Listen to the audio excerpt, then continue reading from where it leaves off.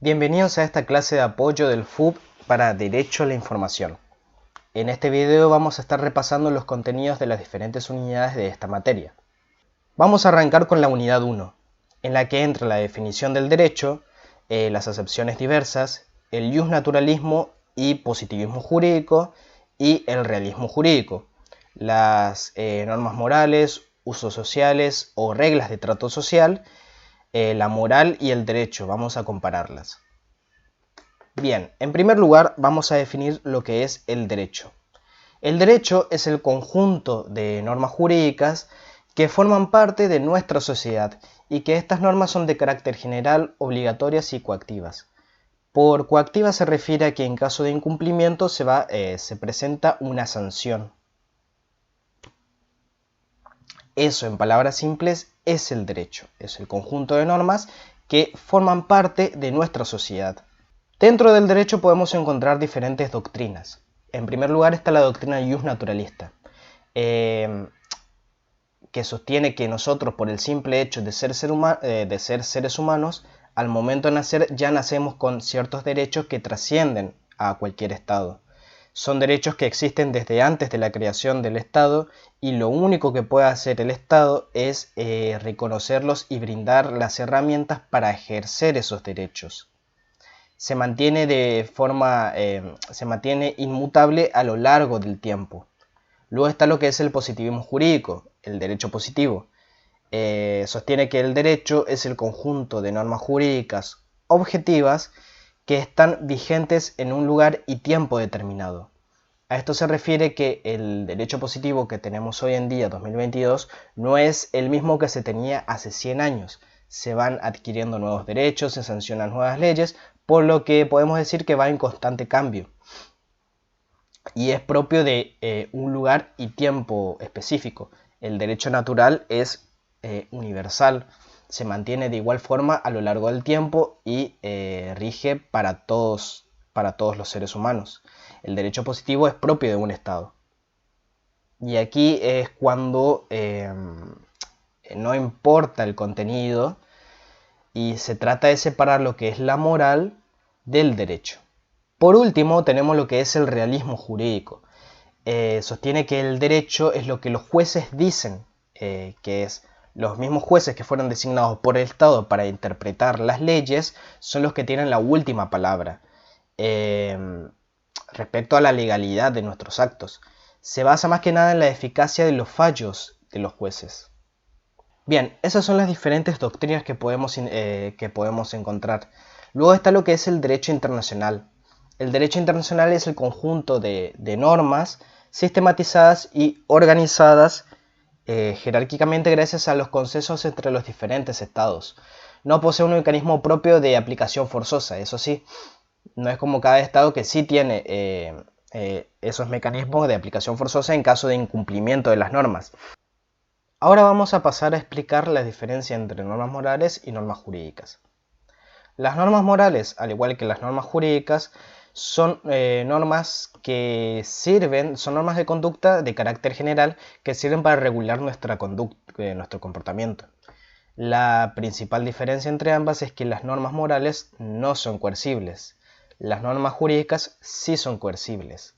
Es decir, como anteriormente expliqué, en caso de incumplimiento de una norma moral, no se presenta una sentencia formal, como sí sucedería en caso de incumplimiento de una norma jurídica. Ahí sí se va a presentar una sentencia formal. En caso de que yo no cumpla con una norma moral mía, todo va a quedar, a lo sumo, va a quedar a cargo de mi conciencia. En el caso de las normas jurídicas, si yo no cumplo con dicha norma, ahí sí se va a presentar una sentencia formal que me obligue a cumplirla o que me sancione por no haberla cumplido. Luego tenemos lo que son los usos sociales. Los usos sociales son los comportamientos y actitudes tolerables dentro de una sociedad o que se esperan que tenga un sujeto en sociedad. Al igual que lo que pasa con las normas morales, en caso de no cumplirlas, no se presenta una coercibilidad.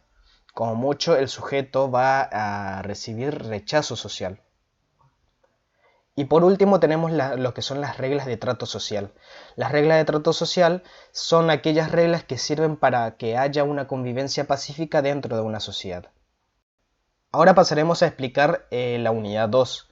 Dentro de ella se encuentra lo que es la norma jurídica, el ordenamiento y la relación de derecho, el derecho subjetivo y objetivo, la ley, sus conceptos y caracteres, la ley en sentido formal y ley en sentido material, el derecho interno e internacional, las doctrinas monista y dualista, la Constitución Nacional, principios rectores, los tratados internacionales y su incorporación. Vamos a iniciar por explicar qué es una norma jurídica.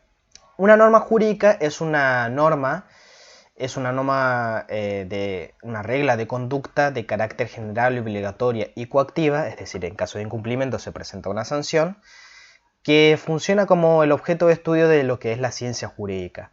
Según Hans Kelsen, es un juicio hipotético de deber ser, es decir, debería cumplirse pero no siempre se cumple. Ahora veremos por qué. Vamos a mencionar el ejemplo de el que matare a otro deberá ser reprimido con X cantidad de años con la privación de libertad. La norma jurídica se compone de 3 elementos, lo que es el antecedente, el nexo y la sentencia jurídica. El antecedente es el que matare a otro. La sentencia jurídica es la privación de libertad. Y el nexo es el debe. Y aquí es donde, por eso es que Kelsen menciona que es un juicio hipotético de deber ser, porque debería cumplirse, pero no siempre sucede así. No es como cuando pasa con las leyes de la naturaleza, que siempre se cumplen. En el caso de las normas jurídicas, en el caso de las sentencias, digamos, no siempre se llegan a cumplir. Puede que el asesino escape o haya un entorpecimiento en la causa que impida avanzar, por lo que no siempre se llega a cumplir, lamentablemente. Y es por eso que se lo denomina como un juicio hipotético de deber ser. A su vez, esta norma jurídica se compone de 2 normas. Una norma primaria, que es la sanción, y una norma secundaria, que es la conducta lícita. Ahora explicaremos lo que es el ordenamiento jurídico. El ordenamiento jurídico siempre es la forma que nosotros tenemos de sistematizar y jerarquizar las diferentes normas que componen nuestro derecho. Se lo representa siempre en forma de pirámide. Arriba de todo, en la cúspide, se encuentra lo que es la Constitución Nacional, que es la norma suprema que rige al resto de normas, junto a los tratados internacionales de derechos humanos. Luego le siguen lo que son las leyes nacionales, luego las constituciones provinciales, luego las leyes provinciales, luego le siguen las ordenanzas municipales y por último las sentencias o los fallos de los jueces. Ese es el ordenamiento jurídico que nosotros tenemos. Entonces, arriba de todo sabemos que está la Constitución Nacional junto a los tratados internacionales de derechos humanos. Y una norma de mayor jerarquía tiene que ser respetada por las de menor jerarquía. Hay todo un ordenamiento que se tiene que respetar.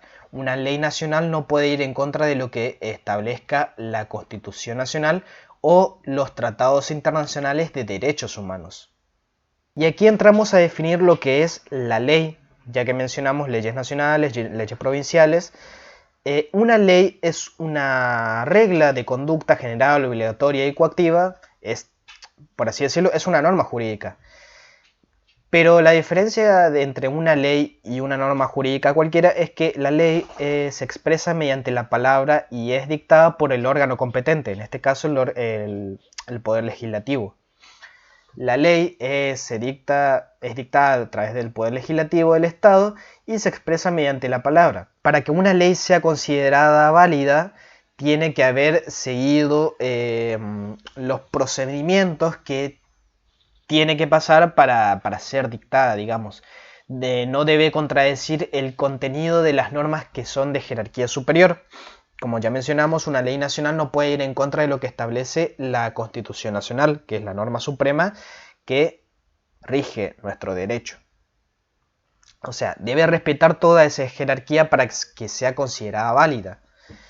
Y aquí encontramos la definición entre lo que es una ley en sentido formal y una ley en sentido material. Una ley en sentido formal es aquella ley que respetó todos los procedimientos que tiene que pasar para su aprobación. Es decir, hubo una iniciativa, esa iniciativa se transformó en un proyecto de ley. Ese proyecto de ley se debatió en Cámara de Diputados. Si se sancionó en Cámara de Diputados, si se llegó a media sanción en Cámara de Diputados, se pasa a Cámara de Senadores. Si se llega a media sanción en Cámara de Senadores, pasa al Ejecutivo para que se promulgue, luego pasa al Legislativo para que se sancione, y una vez sancionada la ley se publica en un boletín oficial, que si no se establece a partir de qué fecha entra en vigencia, se entiende que pasados los 8 días de haber publicado ese boletín oficial, esa nueva ley entra en vigencia. Y bueno, esos son todos los pasos que tiene que pasar una ley y para que nosotros podamos decir que es una ley en sentido formal. Ahora, para que sea una ley en sentido material, tiene que respetar toda esa jerarquía que nosotros habíamos dicho. No puede contradecir a las normas que son de mayor rango. Si pasó por todos esos mecanismos a través del órgano competente, es decir, a través del Poder Legislativo, y respeta todo el ordenamiento jurídico que nosotros tenemos, entonces sí podemos decir que es una ley en sentido material.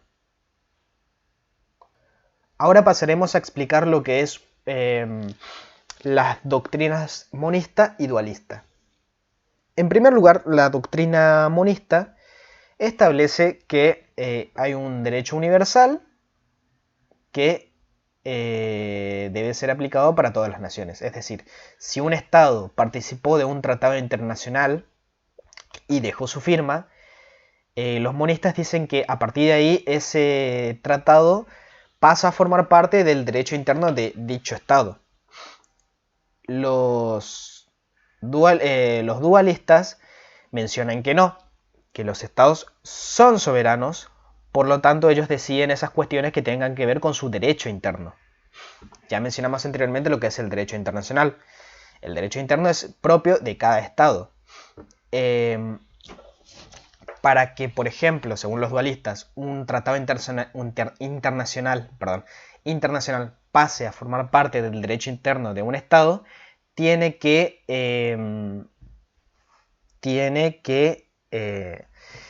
adoptar lo que establece ese tratado internacional y convertirlo en una ley.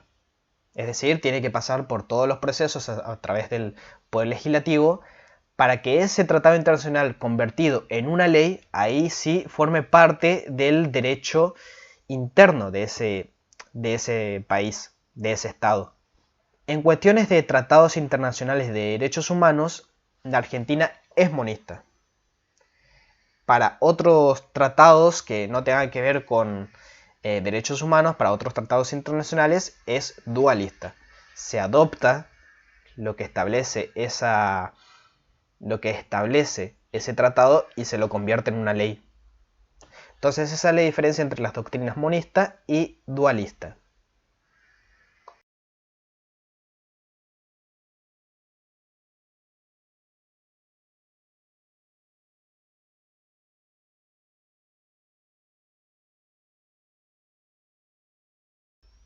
Pasando a la unidad 3, tenemos lo que es el derecho a la información. Y este derecho a la información incluye lo que es la libertad de pensamiento y a la libertad de expresión. El derecho a la información podemos decir que tiene un doble sentido, que en primer lugar es el de comunicar y en segundo lugar el de recibir información. La libertad de pensamiento consiste en aquel espacio interno en la que el hombre es soberano de sus ideas. Todos somos libres de pensar lo que nosotros queremos. Y luego está lo que es la libertad de expresión, que es la voluntad del hombre de hacer públicos aquellos sentimientos y pensamientos que nacen de su soledad. Esas son las definiciones de libertad de pensamiento y libertad de expresión. Bueno, las características que podemos decir de la libertad del derecho a la información es que es un derecho natural, inherente al ser humano porque surge de nuestra naturaleza. Es un derecho reconocido por todos aquellos estados que tienen una forma republicana de gobierno y es de uso fáctico, es aplicable de manera concreta en la realidad. Bueno, dentro del derecho a la información podemos encontrar lo que es el derecho a informar y el derecho a informarse. Dentro de la Constitución Nacional podemos encontrar esto en el artículo 1, el artículo 14, 18, 19, 32, 42 y 43. En cuanto a los tratados internacionales de derechos humanos, podemos encontrar que el derecho a la información se encuentra establecido en el artículo 19 de la Declaración Universal de los Derechos Humanos, en el artículo 4 de la Declaración Americana de los Derechos y Deberes del Hombre, en el artículo 19 del Pacto Internacional de Derechos Civiles y Políticos. En la unidad 4 encontramos lo que es el derecho a informar, que es el conjunto de libertades dirigidas tanto a la expresión y a la comunicación. Es el derecho a recibir y también el derecho a emitir información. Todos los ciudadanos poseemos el derecho de saber sobre hechos noticiables, ideas, opiniones y expresiones. Ese es el derecho a informar. Para esto es importante leer el artículo 1 de la Constitución Nacional, el artículo 14 y el artículo 43. El artículo 1 menciona que es un derecho implícito en toda forma republicana de gobierno.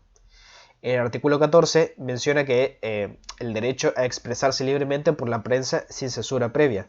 Esto también es importante cuando pasemos a repasar el artículo 13 de la Convención Americana de los Derechos Humanos. Luego, en el artículo 43, menciona que no podrá afectarse la fuente de información ni revelarla. Es importante leer estos artículos de la Constitución para entender un poquito más sobre el derecho a informar. Bueno, hay un derecho social al informar y un derecho individual al informarse.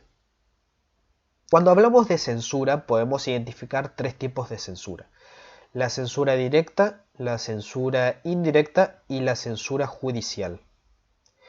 La censura directa es la restricción general de forma directa del material. Puede ser realizada por los organismos del Estado o mediante la línea editorial de un medio de comunicación. Es decir, en palabras simples, es cuando yo, Estado o jefe de redacción, te prohíbo publicar este material. Esa es la censura directa. Luego encontramos lo que es la censura indirecta. La censura indirecta se puede concretar de diferentes formas. Por ejemplo, con el acaparamiento del stock de papel por parte del Estado, el secuestro de ediciones para impedir que lleguen a los lectores, o el monopolio de los medios de comunicación. Esos son diferentes tipos de censura indirecta. Y por último, tenemos lo que es la censura judicial. La censura judicial se da cuando ocurre un fallo en la justicia que prohíbe que cierto material sea revelado.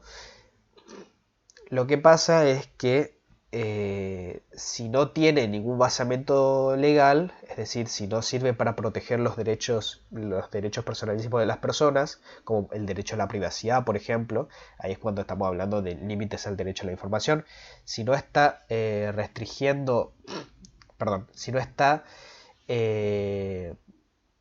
violando el derecho primerísimo de una persona, si no tiene ningún basamento legal, entonces sí podemos estar hablando de lo que es de una censura judicial.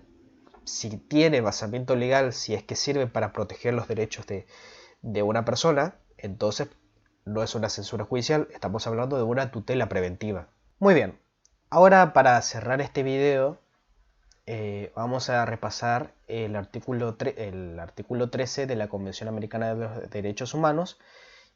Repasaremos sus 5 incisos. En primer lugar, Este artículo 13 tiene que ver con lo que es la libertad de pensamiento y de expresión. En el inciso 1 menciona: toda persona tiene derecho a la libertad de pensamiento y de expresión. Este derecho comprende la libertad de buscar, recibir y difundir informaciones e ideas de toda índole, sin consideración de fronteras, ya sea oralmente, por escrito o en forma impresa o artística, o por cualquier otro procedimiento de su elección. El inciso 2 menciona que el ejercicio del derecho previsto en el inciso precedente no puede estar sujeto a previa censura, sino a responsabilidades ulteriores, las que deben estar expresamente fijadas por la ley y ser necesarias para asegurar a. el respeto de los derechos o la reputación de los demás, o b. la protección de la seguridad nacional, el orden público o la salud o la moral públicas. Cuando se refiere a responsabilidades ulteriores, se menciona que yo tengo el derecho, por ejemplo, como periodista, de publicar un libro o un artículo, pero tengo que hacerme responsable en caso de que, no sé, supongamos que una persona se vea afectada por esa información, no sé, ya sea se sienta calumniada y me haga un juicio. Bueno, yo como el autor de ese material tengo que hacerme responsable. A eso se refiere con lo que son las responsabilidades ulteriores. A mí no me pueden llegar a censurar, pero después tengo que hacerme cargo de lo que yo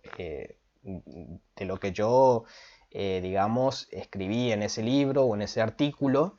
Tengo que hacerme cargo. A eso se refiere con las responsabilidades ulteriores. Bien, en el inciso 3 se refiere a que no se puede restringir el derecho de expresión por vías o medios indirectos. Ahí encontramos lo que es la censura indirecta, eh, tales como el abuso de controles oficiales o particulares de papel para periódicos, de frecuencias radioeléctricas o de aparatos usados en la difusión de información o por cualesquiera otros medios encaminados a impedir la comunicación y la circulación de ideas y opiniones. Luego, en el inciso 4, acá es importante, los espectáculos públicos pueden ser sometidos por la ley a censura previa con el exclusivo objeto de regular el acceso a ellos para la protección moral de la infancia y la adolescencia, sin perjuicio de lo establecido en el inciso 2.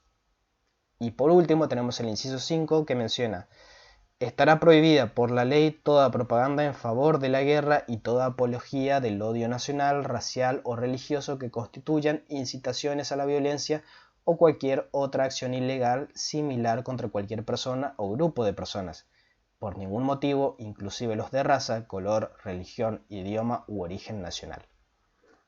El inciso 4 y 5 es importante porque cuando hablamos de censura, se puede llegar a censurar ciertos materiales cuando se encuentran en peligro la moral pública o más que nada para proteger a los menores y adolescentes o para que obviamente no, no se propagan estas apologías a favor del odio y todas esas cuestiones que tienen que ver más que nada con para proteger la moral de la gente, la moral pública, el orden público.